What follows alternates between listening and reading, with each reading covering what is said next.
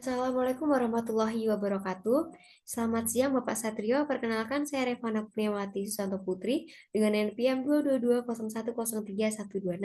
Di sini saya akan menjelaskan mengenai analisis stresor dan strain studi kasus pada PT Makanan Nusantara. Nah, di mana video ini akan digunakan untuk memenuhi tugas akhir psikologi industri dan organisasi.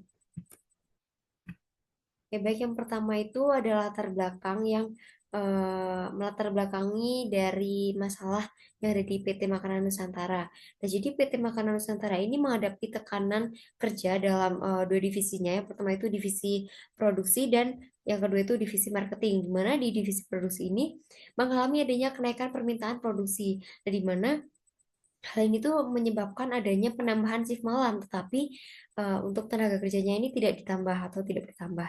Nah, jadi hal itu dapat menyebabkan tenaga kerja yang bekerja ini itu mengalami beban kerja yang tinggi sehingga mengalami kelelahan yang uh, berlebihan, kemudian adanya gangguan tidur atau tidur yang kurang, dan kemudian adanya konflik antar tim. Nah, kemudian ada isu otomatis juga itu dapat menimbulkan adanya kecemasan dalam kehilangan pekerjaan. Kemudian sementara itu di divisi marketing ini dituntut untuk meningkatkan penjualan dengan sumber daya yang terbatas, di mana tim itu harus menangani komentar negatif pelanggan di platform media sosialnya. Kemudian mengalami ketegangan internal karena ide dari karyawan ini tidak pernah dihargai oleh perusahaan. Kemudian masalah pribadi juga eh, dapat menambah psikologis karyawan. Meskipun lingkungan kerja sudah cukup memadai, namun kondisi mental dan sosial karyawan ini menunjukkan adanya gejala stres yang signifikan, di mana hal ini dapat dilihat dari peningkatan ke cuti yang mendadak, kemudian adanya eh, interaksi dari antar karyawan ini berkurang, kemudian karyawan itu merasa tidak dihargai dan kurang pemberian aspirasi dari perusahaan. Oke, selanjutnya ini ada analisis stresor dari berbagai divisi. Yang pertama itu ada divisi produksi. Nah, untuk sumber stresnya yang pertama itu jadwal kerja lembur dan shift malam. Nah, hal ini tuh disebabkan karena adanya jadwal kerja yang tidak teratur sehingga itu pekerja itu merasa bahwa eh, jadwal kerja yang tidak teratur ini tuh dapat menghambat kinerjanya karena eh, karyawan itu akan merasa kelelahan yang berlebihan, kemudian kualitas tidurnya juga buruk. Nah, yang kedua ini adanya perubahan prosedur operasional. Nah, prosedur operasional ini disebabkan karena adanya konflik antar tim. Nah, dengan adanya perubahan prosedur ini menyebabkan konflik antar tim ini akan bertambah dan akan lebih sering. Kemudian yang ketiga ini kurangnya kejelasan instruksi. Nah, kurangnya kejelasan instruksi yang dimaksud ini kejelasan instruksi dari atasan ke bawahan sehingga karyawan itu bingung dalam menjalankan tugasnya atau menjalankan job desk yang sesuai. Kemudian yang keempat ini ketidakpastian masa depan karena otomatisasi. Nah, karena otomatisasi ini pekerja itu menjadi cemas karena adanya ancaman akan kehilangan pekerjaan akibat adanya perubahan teknologi atau job insecurity. Nah, kemudian untuk divisi marketing ini sumber tes yang pertama itu adanya tuntutan kerja tinggi dengan sumber daya yang terbatas. Nah, di mana tuntutan kerja yang ada di divisi marketing ini sangat tinggi atau beban kerjanya tinggi, tetapi sumber daya yang dimiliki oleh eh, perusahaan itu terbatas sehingga karyawan itu akan lebih merasakan stres kerja. Kemudian yang kedua itu adanya keluhan pelanggan. Nah, keluhan pelanggan ini itu berbentuk keluhan yang negatif sehingga karyawan itu dalam tim marketing itu harus selalu siap siaga dalam menangani keluhan-keluhan dari pelanggan tersebut. Kemudian yang ketiga ini kurangnya ruang menyampaikan ide. Nah, dalam perusahaan PT Makanan ini tuh kurangnya ruang untuk menyampaikan ide sehingga karyawan itu kesulitan untuk menyampaikan ide-idenya dan karyawan ini akan merasa tertekan sehingga dapat memunculkan rasa yang tidak dihargai dan adanya dimotivasi. Kemudian yang terakhir ini adanya masalah keuangan pribadi. Jadi dalam divisi marketing ini ada beberapa karyawan yang memiliki masalah keuangan pribadi. Nah, tetapi tidak dapat dibantu oleh perusahaan sehingga karyawan ini merasa lebih merasa stres yang berkelanjutan. Nah, sehingga dengan adanya masalah pribadi ini dapat menambah stresor yang mempengaruhi performa pekerja karyawan. Nah, selanjutnya ini ada dampak potensial atau strain. Nah, dampak potensial ini dari masing-masing divisi. Untuk yang pertama ini ada divisi produksi. Nah, dampak potensialnya itu yang pertama adanya gangguan tidur, kelelahan, masalah fisik. Nah, untuk ketiga masalah ini tuh masuk ke dalam strain fisiologis, di mana dalam hal ini tuh karena beban kerjanya yang meningkat, maka gangguan tidurnya tuh jadi berkurang. Kemudian karyawan juga akan merasa lebih lelah dan fisiknya itu kekuatan fisiknya juga akan berkurang. Kemudian yang kedua ini munculnya konflik interpersonal akan rekan kerja. Nah, munculnya konflik interpersonal ini dikarenakan adanya em, kurangnya ruang untuk memberikan ide, kemudian adanya miskomunikasi, kemudian adanya kelelahan yang diakibatkan karena beban kerja yang tinggi. Kemudian yang terakhir ini menurunnya motivasi dan kualitas kerja. Jadi perusahaan itu tidak memberikan motivasi kepada karyawan sehingga karyawan itu motivasinya rendah. Kemudian perusahaan juga tidak memberikan ruang karyawan untuk menyampaikan ide sehingga motivasi kerja rendah yang menyebabkan kualitas kerja juga rendah. Nah, hal itu juga dapat berdampak kepada kinerja perusahaan. Nah, kemudian untuk di divisi marketing ini, yang pertama ini emosi tidak stabil akibat komentar negatif dari karyawan, dari pelanggan. Nah, komentar negatif ini juga eh, dapat menimbulkan stres bagi karyawan karena karyawan ini harus dituntut untuk menanggapi atau menangani komentar negatif dari pelanggan tersebut selama 24 jam per 7.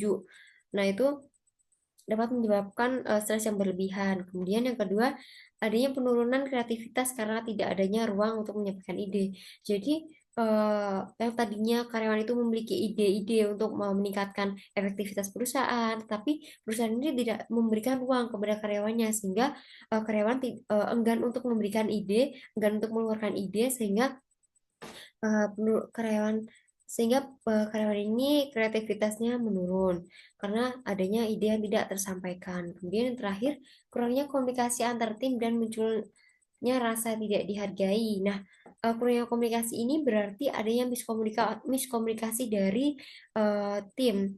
Baik itu sebagai contoh itu tim yang satu itu komunikasinya sangat bagus, nah, sedangkan yang tim kedua itu komunikasinya sangat kurang. Nah, harusnya tuh dalam hal seperti ini perusahaan itu harus bisa menangani adanya miskomunikasi tersebut agar komunikasi agar tim yang memiliki komunikasi kurang ini juga dapat mengimbangi tim yang memiliki komunikasi yang baik. Nah, agar kedua tim tersebut itu memiliki rasa yang dihargai atau dihargai oleh perusahaan. Nah, selanjutnya ini ada metode pengukuran strain.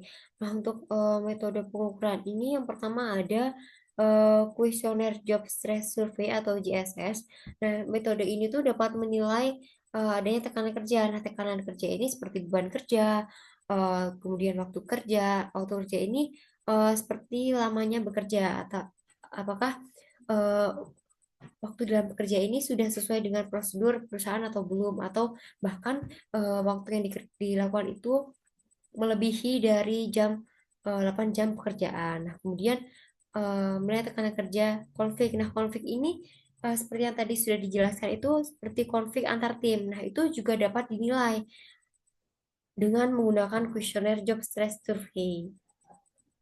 Kemudian metode yang kedua ini ada General Health Questionnaire, yaitu atau GHQ. Nah, ini menilai gangguan psikologis. Nah, gangguan psikologis ini seperti kecemasan, depresi, dan gangguan tidur. Nah, jadi dengan menggunakan GHQ ini dapat membantu karyawan itu untuk mengurangi kecemasan, kemudian menghindari adanya depresi, dan memperbaiki adanya gangguan tidur yang kurang baik.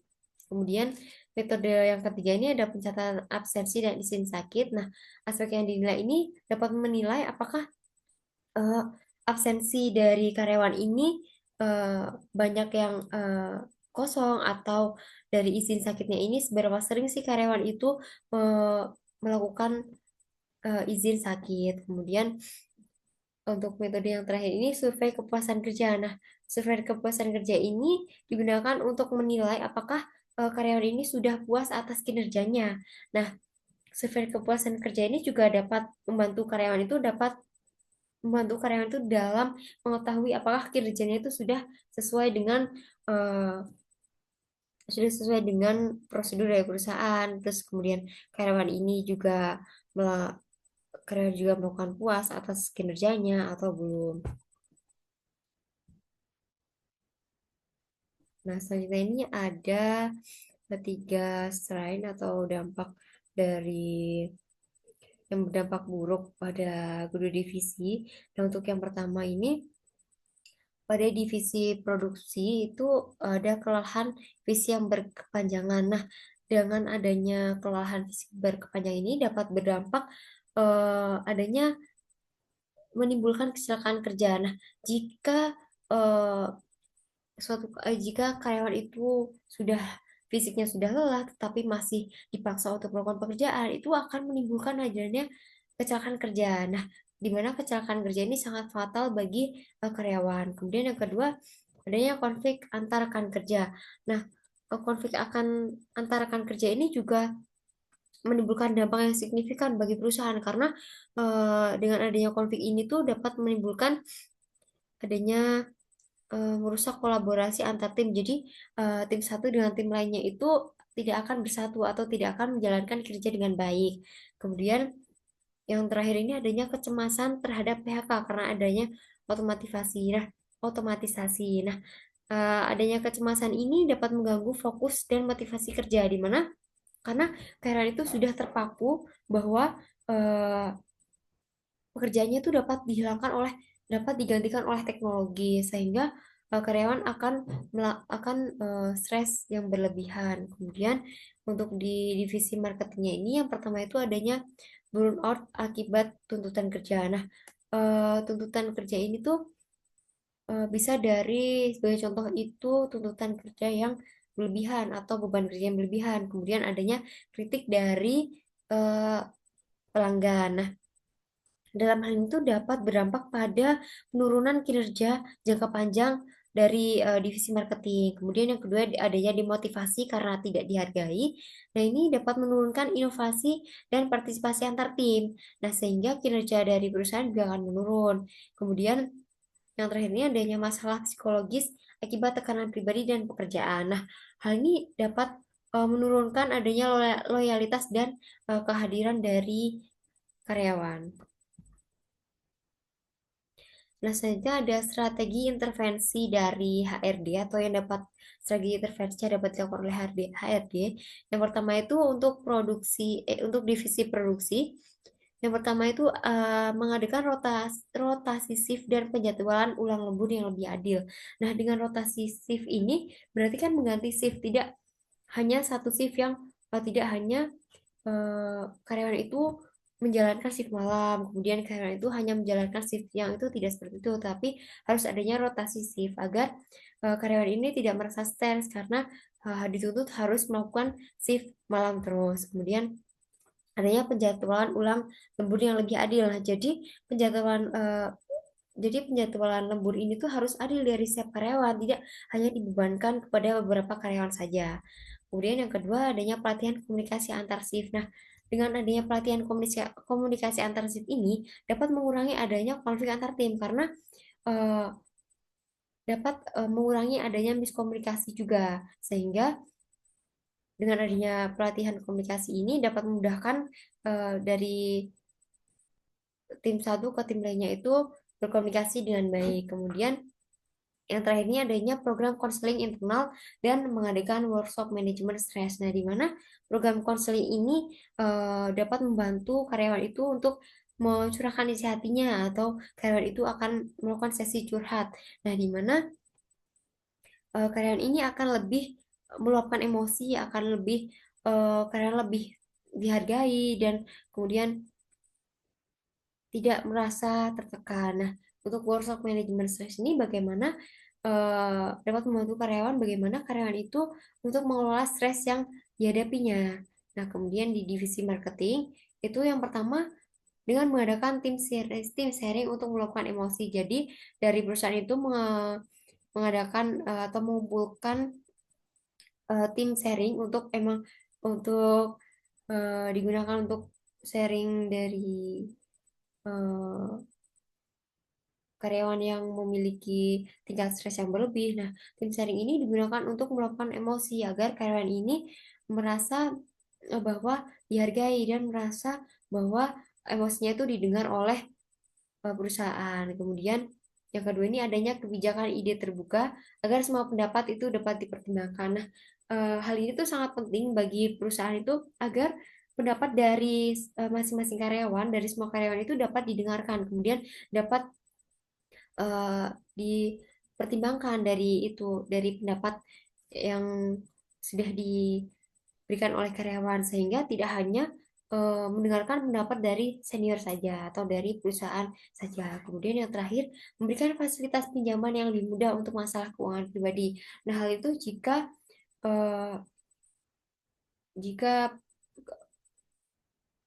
jika karyawan ini sudah memiliki masalah mengenai keuangan pribadi itu, perusahaan itu harus memberikan pinjaman yang lebih mudah kepada karyawan agar karyawan ini tidak merasa agar karyawan ini merasa terlibat di perusahaan, kemudian merasa dimiliki oleh perusahaan, sehingga karyawan tidak akan melakukan stres yang berlebihan. Nah, kesimpulannya sendiri, studi kasus di PT Makanan Nusantara ini menunjukkan bahwa stres kerja tidak hanya berasal dari beban tugas yang tinggi, tetapi juga dari perubahan sistem kerja, konflik antar tim, kurangnya dukungan emosional, dan ketidakjelasan peran. Divisi produksi mengalami tekanan fisik akibat lembur berlebihan dan ketidakpastian akibat otomatisasi. Sementara divisi marketing menghadapi tekanan mental dari target yang tinggi, kritik publik, serta kurangnya aspirasi. Dan dampak dari stresor ini memunculkan gejala selain seperti kelelahan kronis, burnout, kemudian konflik interpersonal, dan demotivasi. Dan jika tidak ditangani akan menurunkan kinerja dan kesejahteraan karyawan secara menyeluruh. Oleh karena itu, diperlukan strategi manajemen stres yang komprehensif, mulai dari perbaikan komunikasi, kemudian pembagian kerja yang adil, hingga dukungan psikologis dan sistem apresiasi yang lebih inklusif. Sekian penjelasan materi dari saya. Kalau lebihnya mohon maaf. Wassalamualaikum warahmatullahi wabarakatuh.